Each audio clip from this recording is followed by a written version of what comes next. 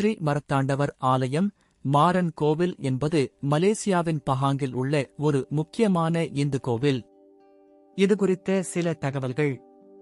இடம்: இந்த கோவில் மலேசியாவின் பஹாங்கில் உள்ள மாரன் என்ற ஊரிலேயே அமைந்துள்ளது. தேவர்: ஸ்ரீ மரத்தாண்டவர் ஆலயத்தில் வழிபடும் முக்கிய தேவர் முருகன், தமிழில் மரத்தாண்டவர் என்றும் அழைக்கப்படுகிறார். முருகன் என்பது போருக்கான மற்றும் வெற்றிக்கான தேவன் என்று அறியப்படும் தமிழ் சிவராஜர்களிடையே மிகவும் பிரபலமான தேவன். ஆலய வரலாறு: சுமார் 120 வருடங்களுக்கு முன் கோலாலம்பூரிலிருந்து குவாண்டான் நகருக்கு சாலை போடும் வேலை நடந்து கொண்டிருந்தது. ஒரு பெரிய மரத்தை வெட்டும்போது அதிலிருந்து இரத்தம் கசிந்தது. அதே வேளையில் மரம் வெட்டிக் கொண்டிருந்த தமிழர் ஒருவருக்கு அருள் வந்து, அவர் அந்த மரத்தை வெட்டக்கூடாதென்றும் சாலையை சிறிது தூரத்திற்கு அப்பால் போட வேண்டுமென்றும் சொன்னார். அதைச் செய்ய மறுத்தார் ஆங்கிலேய மேற்பார்வையாளர். உடனே சிறிய குழந்தை வடிவு கொண்ட தழம்பு அந்த மரத்தில் தோன்றியது. அதை பார்த்து வியந்த மேற்பார்வையாளர் மரத்தை வெட்டாமல் சாலையை சிறிது தூரத்திற்கு அப்பால் போட உத்தரவிட்டார். அன்றிலிருந்து அந்த இடம் ஒரு புனித இடமாகியது. ஸ்ரீ மரத்தாண்டவ பால தண்டாயுதபாணி என்ற பெயர் அமைந்தது. இங்கு தூய பக்தியோடு வருபவர்களுக்கு எல்லா நன்மைகளும் வந்து சேர்கின்றன. ஊனமுற்றோர் நடப்பது, ஊமைகள் பேசுவது, நோயுற்றோர் குணமாவது போன்ற அற்புதங்கள் பல இங்கு நிகழ்ந்து வருகின்றன. அந்த காலத்தில் இந்த கோயில் வெறும் தகரத்தாலும் மரப்பலகையாலும் அமைந்திருந்தது. அப்போதெல்லாம் இங்கு அடிக்கடி நிகழும் அற்புதம் என்னவென்றால், இந்த சாலையில் செல்லும் வாகனம் ஏதும் நிற்காமல் சென்றால் சிறிது தூரம் சென்றவுடன் ஓட முடியாமல் நின்றுவிடும். கோயிலிலிருந்து விபூதியை தேய்த்த பின்தான் மீண்டும் ஓடும். பங்குனி உத்திரம்தான் இந்த கோயிலின் மிகச் சிறப்பான நாள். பல பக்தர்களின் வேண்டுதல்கள் நிறைவேறுகின்றன. அந்த காலத்தில் சுமார் 500 அர்ச்சனைகள் நடைபெறும். இந்த அழகான கோவில் அமைதியான சூழலில் இருப்பதால் தியானம் மற்றும் வழிபாட்டுக்கு மிகவும் சிறந்த இடமாகும். எளிய நேர்த்தியான பூஜைகள், அடைக்கலம் தேடும் பக்தர்களுக்கு ஏற்றது. மாரனில் இருக்கும் இந்த ஆலயத்தை உங்கள் குடும்பத்துடன் அல்லது நண்பர்களுடன் கண்டிப்பாக ஒரு முறை சென்று தரிசிக்குமாறு பரிந்துரை செய்கிறேன். மலேசியாவில் உள்ள இந்து கோவில்கள் பொதுவாக பல் நிறங்களைக் கொண்ட பாசாக்களுடன் பல்வேறு தேவைகள் மற்றும் புராண கதைகளை வழிபடல்களை சுற்றியுள்ளன. கோவிலின் உள்ளே முருகன் மற்றும் மற்ற இந்து தேவைகளுக்கான பல்லவைகள், சந்நிதிகள் உள்ளன. திருவிழாக்கள்: பல இந்து கோவில்கள் போல ஸ்ரீ மரத்தாண்டவர் ஆலயம் மாரன் கோவில் பல்வேறு இந்து திருவிழாக்களை ஆண்டுதோறும் கொண்டாடும். இவை பொதுவாக பெரிய பூஜைகள், பேரணி மற்றும் பொது உணவுகள் போன்றவற்றுடன் நம்மைச் சுற்றி உள்ள பக்தர்களை மயக்கும். ஊராறு உடையதோடு உலகெலாம் அருள் செய்து பேராறு கொண்டவனாம் பெம்மான்யம் முருகவேளே பாரோர் புகழ்ந்தேத்தும் பகாங் மாநிலத்தே மாறான் மரத்தாண்டவராயே மலர்ந்த எம் தேவதேவே.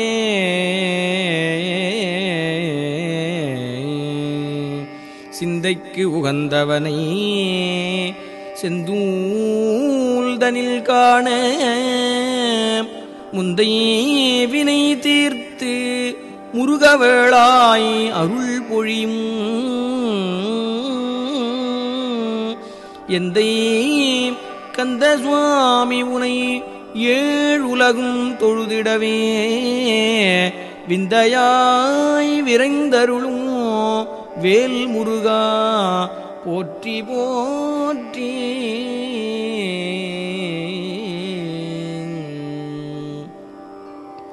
வீரனாய் விரைந்து வேட்படை கொண்டவனே கிரனார் புகழ்ந்த ஆட்படை மேயவனே சூரனாய் வந்தோர் சுழி மாற்றிய சுப்பிரமணிய மாறனே மரத்தாண்டவா மலர்த்தாள் போற்றுவமே. மங்காது வரமருளும் மலேசிய மாநாட்டிடையே எங்கோன் முருகனை எங்கெங்கு கண்டிடினும் தங்கவேற் கோலமாய் தரணிதனில் தங்கியருள் சிங்காரச் செந்தூல் சிவகுருவே போற்றி போற்றி.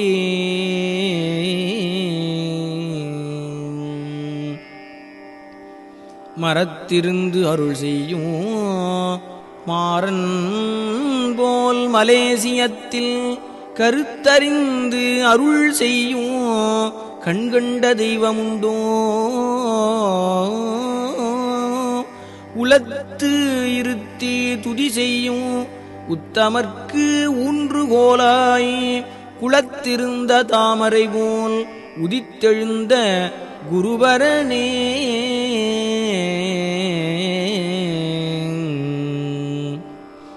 மாறனை மனம் மகிழ்ந்து போற்றும் இம்மாலைதனை ஊரனைத்தும் உரைத்திடவே ஓயாது அருள் பெற்று பாரனைத்தும் கண்டிட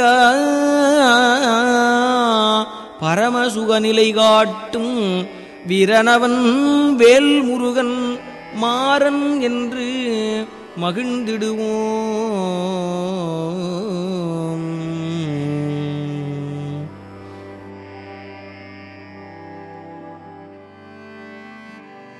மாறனில் உள்ள ஸ்ரீ மரத்தாண்டவர் கோவில் முருகன் பக்தர்களுக்கு ஒரு முக்கிய தெய்வ ஆலயம்.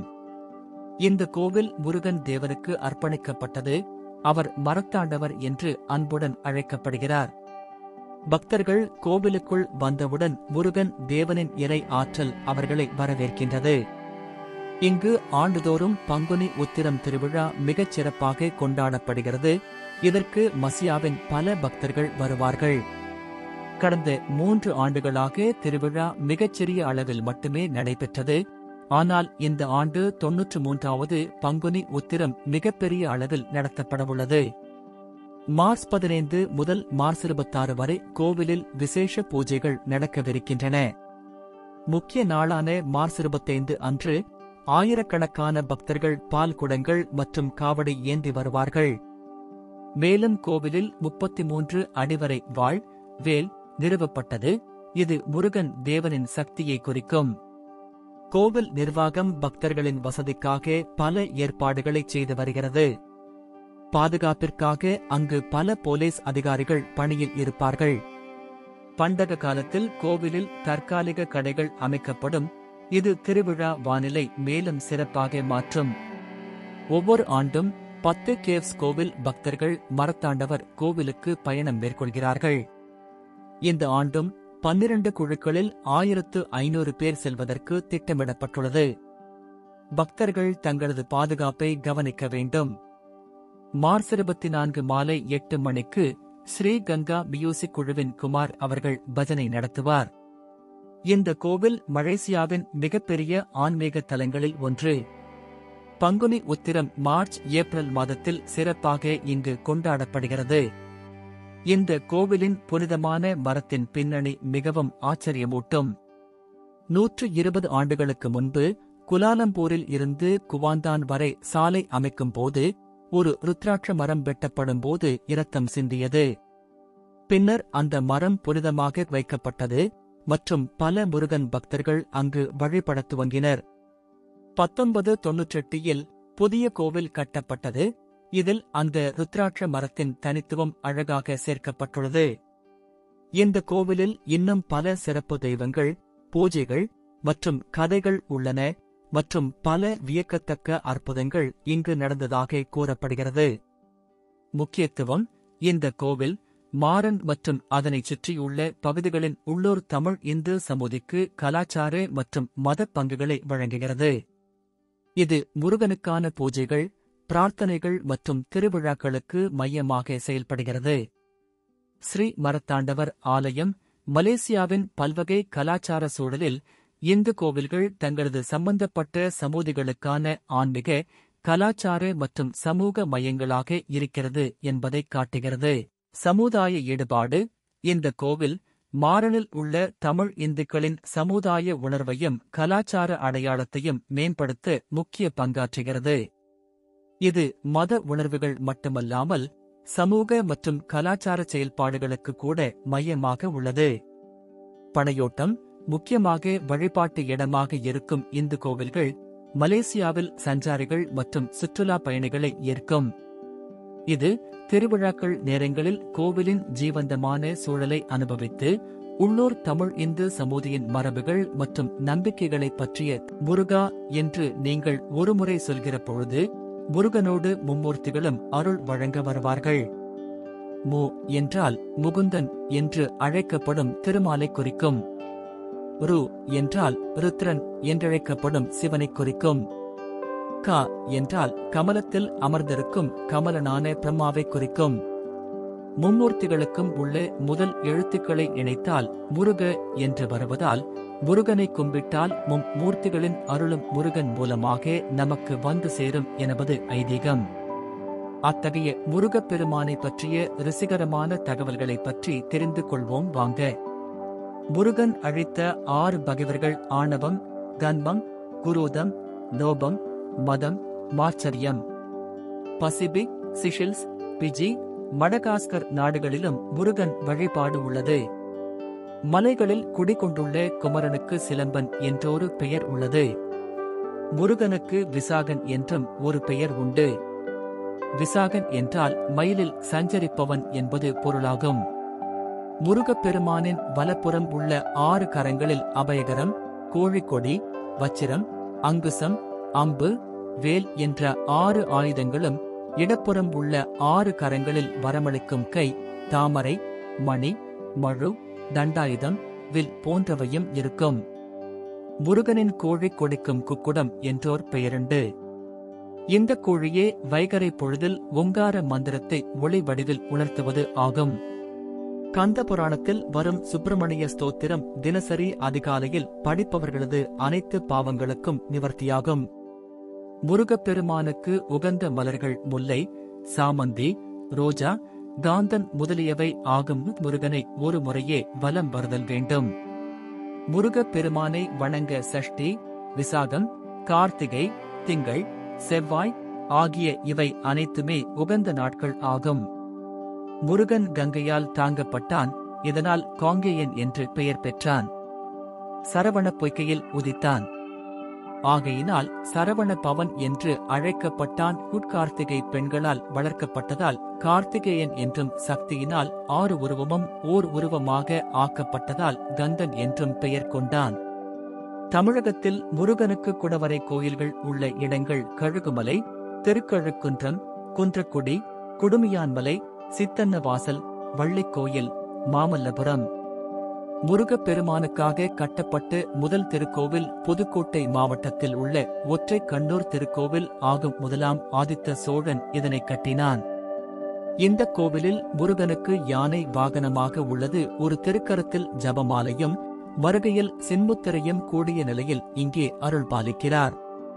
முத்தமிழால் வைதாரையும் வாழ வைப்பான் முருகன் என்று அருட்கவி அருணகிரி பாடியுள்ளார். முருகனைப் போன்று கருப்பை வாசம் செய்யாத வேறு தெய்வம் வீரபத்திரர். முருகனே திருஞான சம்பந்தராய் அவதாரம் செய்தார் என்று பலர் பாடியுள்ளனர். பிரமசரிய கிருகஸ்த சந்நியாச கோலங்களில் முருகனை மட்டுமே காண முடியும். பிற கடவுள்களுக்கு இல்லாத சிறப்பு இது. முருக வழிபாடு என்பது ஷண்மதம் என்று சொல்லப்படுகின்றது.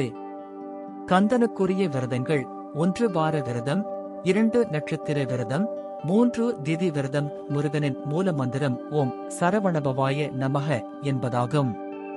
அக்கினி, இந்திரன், வருணன், பிரகஸ்பதி, ஹிரண்ய கர்ப்பம் ஆகியோரின் கூட்டுக் கலவையே முருகன் ஆவான். முருகனின் கையில் உள்ள வேல் இறைவனின் ஞானசக்தி என பெயர் பெறும். செவ்வாய் தோஷம் உள்ளவர்கள் அதிகாலையில் குளித்து முடித்து தூய்மையுடன் ஸ்ரீ ஸ்ரீ சுப்பிரமணிய அஷ்டகம் ஓத வேண்டும். இதனால் தோஷம் விலகி நன்மை உண்டாகும். முருகன் சிறிது காலம் நான்முகனுக்கு பதில் படைப்பு தொழிலையும் செய்திருக்கிறார். இதனை உணர்த்தும் வகையில் திண்டுக்கல்லில் இருந்து 7 மைல் தூரத்தில் உள்ள சின்னாளப்பட்டியில் 4 தலையுள்ள முருகன் ஆலயம் அமைந்துள்ளது.